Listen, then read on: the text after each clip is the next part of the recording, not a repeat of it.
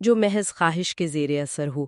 قانون مفرد اعضاء کی روشنی میں یہ اکثر وہ سیلان رطوبات ہے جو رحم یا خصیت و رحم یعنی اووریز اور یوٹرس کی سوزش کی وجہ سے ہوتا ہے۔ یعنی یہ کسی اندرونی انفلیمیشن یا سوزش کا بیرونی نتیجہ ہے؟ جی ہاں، اور اس میں رطوبت کے ساتھ خارش اور بے چینی بھی پائی جاتی ہے۔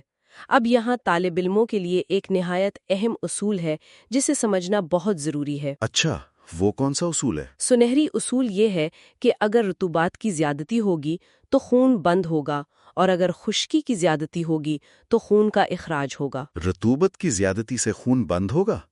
یہ تھوڑا مختلف لگ رہا ہے۔ عام طور پر تو ہم خشکی سے رکاوٹ کا سوچتے ہیں۔ یہ بہت گہرا نقطہ ہے۔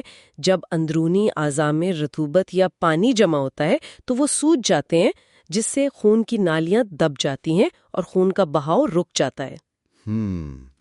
تو یہ ایک طرح سے پائپ کے دب جانے والی بات ہو گئی۔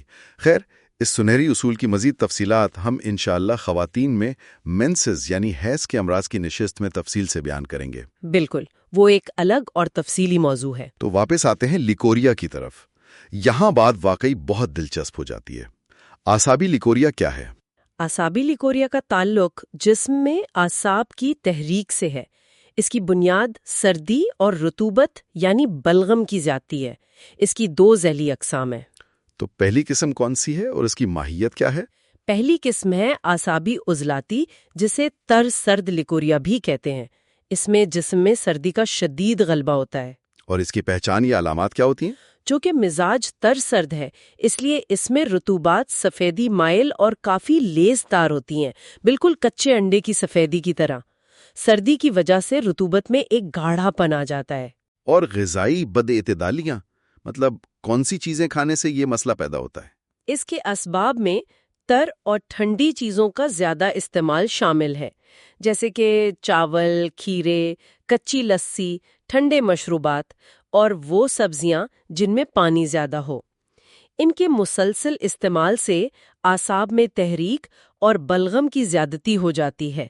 اچھا، اور دوسری قسم کون سی بتائیے آپ نے اعصابی لیکوریا کی؟ دوسری قسم ہے اعصابی غدی یعنی تر گرم لیکوریا۔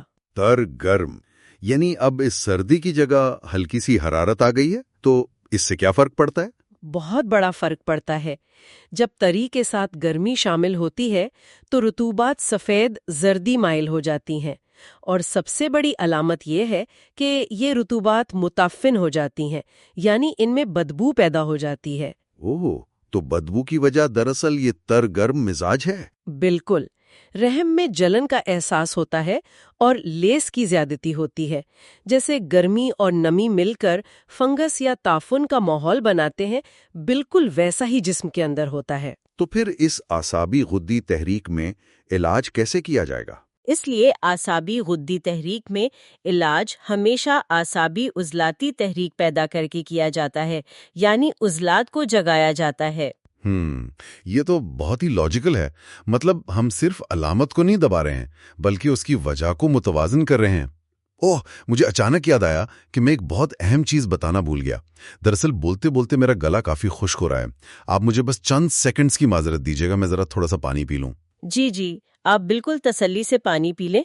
اور سامعین، جب تک یہ پانی پی رہے ہیں، میں آپ سے ایک بہت اہم بات شیئر کرنا چاہتی ہوں۔ جی، آپ جاری رکھیں۔ چونکہ یہ معلومات طب مفرد اعضاء کے طالب علم ساتھیوں کے لیے ہیں جو پریکٹس کرتے ہیں اور سیکھ رہے ہیں، اس لیے ہم یہاں علاج کے نسخہ جات نہیں بتائیں گے۔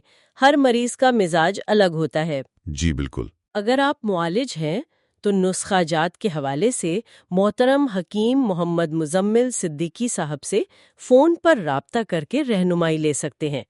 ان کا نمبر ہے +92 304 7152 آپ ان کا ایڈریس بھی بتا دیں۔ جی، ان کا ایڈریس ہے متب Talha and Chishtiya Dawakhana 3040 road, سمیجہ آباد، ملتان، پاکستان۔ جی، آپ تمام سامعین کا اس مختصر انتظار پر بہت شکریہ۔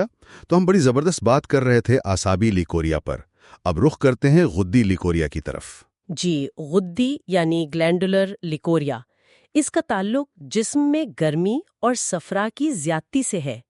اس کی بھی 2 اہم اقسام ہیں۔ تو اس کی پہلی قسم کون سی ہے؟ پہلی قسم ہے غدی اعصابی لیکوریا۔ اس کا مزاج گرم تر ہوتا ہے۔ گرم تر مزاج، تو اس میں کیا علامات ظاہر ہوتی ہیں؟ چونکہ گرمی زیادہ ہے اس لیے رطوبات پک کر زردی مائل سفید ہو جاتی ہیں، پیشاب بھی تیز زرد رنگ کا آتا ہے، اور اس کی ایک بڑی پہچان یہ ہے کہ مریضہ کے جسم یا چہرے پر دانے نکل آتے ہیں یا جلد کی دیگر علامات ظاہر ہونے لگتی ہیں۔ یعنی جسم کی گرمی اسکن کے ذریعے بھی باہر آنے کی کوشش کر رہی ہوتی ہے، اور اس کے اسباب کیا ہوتے ہیں؟ شدید گرم مسالہ جات، گوشت کا زیادہ استعمال اور بازار کے تیز مرچوں والے کھانے، یہ سب اس کا باعث بنتے ہیں۔ علاج ظاہر اعصابی غدی طریقے سے کیا جاتا ہے تاکہ گرمی کو طبعی رطوبت میں بدلا جا سکے۔ صحیح۔ اور غدی لیکوریا کی دوسری قسم کون سی ہے؟ دوسری قسم ہے غدی عضلاتی لیکوریا۔ اس کا مزاج گرم خشک ہوتا ہے۔ گرم خشک؟ تو کیا خشکی کے شامل ہونے سے ڈسچارج بڑھ جاتا ہے؟ نہیں، یہی تو دلچسپ بات ہے۔ اس میں رطوبت کا اخراج بہت کم ہو جاتا ہے اور ورم یا سوجن کی صورت زیادہ ہوتی ہے۔ رطوبت کے مقام پر تو شاید اتنی جلن نہ ہو، مگر پیشاب میں شدید جلن ہو سکتی ہے۔ اچھا، یعنی گرمی اور خشکی مل کر اس مقام کو سجا دیتے ہیں۔ اس کے اسباب کیا ہوں گے؟ انتہا درجے کی خشک اور گرم غذائیں جیسے بھنے ہوئے گوشت، کباب اور پانی کا بہت کم پینا۔ یہاں میرے ذہن میں ایک بہت بڑا سوال آ رہا ہے۔ جی پوچھیے۔ ہم نے اعصاب لی یعنی تر سرد اور تر گرم کی بات کی، ہم نے غدی یعنی گرم تر اور گرم خشک کی بھی بات کی، لیکن عضلاتی یعنی مسکولر لیکوریا کا ذکر کیوں نہیں آیا؟ کیا عضلاتی تحریک میں لیکوریا نہیں ہوتا؟ آپ نے بالکل نشانے پر بات کی ہے، اور یہ وہ مقام ہے جہاں قانون مفرد اعضاء کے علم کی گہرائی کا اندازہ ہوتا ہے۔ حقیقت یہ ہے کہ عضلاتی مزاج میں رطوبات کا اخراج بالکل بند ہو جاتا ہے۔ ویٹ، واقعتاً بالکل بند ہو جاتا ہے؟ جی ہاں، در حقیقت اگر کسی نوجوان عورت کی نبض چیک کی جائے اور وہ شدت سے عضلاتی ہو تو یہ سیلان و رحم کی علامت نہیں ہے۔ تو پھر یہ کس چیز کی علامت ہے؟ یہ اکثر حمل یعنی پریگننسی کی علامت ہوتی ہے، اور طب مفرد اعضاء کا یہ وہ حیرت انگیز راز ہے جو جدید سائنس بھی نہیں سمجھ سکی۔ اوہ واو، یہ تو واقعی ایک ہاہا مومنٹ ہے۔ یعنی خشکی کی وجہ سے رحم سکڑ جاتا ہے اور رطوبت رک جاتی ہے تاکہ حمل کو سہارا مل سکے۔ بالکل صحیح سمجھے آپ، اور اسی نبض کی بنیاد پر اگر عضلاتی تحریک میں بہت شدت ہو تو اکثر لڑکا ہوتا ہے، اور اگر نبض قدرے اعصابی کی طرف مائل ہو تو لڑکی کی پیدائش متوقع ہوتی ہے۔ یہ تو واقعی کمال کی بات ہے۔ ہم اکثر ان چیزوں کو صرف بیماری سمجھ لیتے ہیں، جبکہ بعض اوقات وہ جسم کی کوئی اہم ضرورت پوری کر رہی ہوتی ہیں۔ جی، اور یہی وہ آخری اور غور طلب نقطہ ہے جو میں سامعین کے ذہنوں میں چھوڑنا چاہتی ہوں۔ آپ دیکھیں کہ انسانی جسم کے اعضاء ایک دوسرے کے ساتھ کس قدر خوبصورت اور خودکار توازن میں جڑے ہوئے ہیں، جیسے ایک مکمل ایکو سسٹم ہو۔ بالکل، ایک پرفیکٹ ایکو سسٹم۔ جب ہم جسم کو ایک مشین کی طرح اس توازن کو سمجھ لیتے ہیں اور یہ جان لیتے ہیں کہ کون سا عضو کس کو سہارا دے رہا ہے اور کہاں تسکین ہے، تو یقین مانیں کوئی بھی بیماری لا علاج نہیں رہتی۔ ہم صرف علامت کا علاج نہیں کرتے، ہم نظام کو ٹھیک کرتے ہیں۔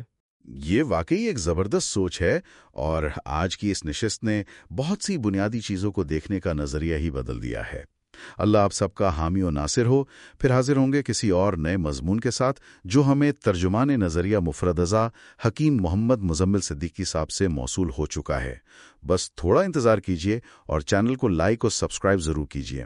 اور اگر کوئی بھی قانون مفرد اعضاء سے متعلق یا طبی علاج معالجہ سے متعلق سوال ہو تو کمنٹ باکس میں ضرور سوال کیجیے۔ آپ سامعین کا شکریہ۔ اسی کے ساتھ اجازت دیں۔ پاکستان زندہ باد، طب سابل کونسل پائند آباد۔ اللہ حافظ۔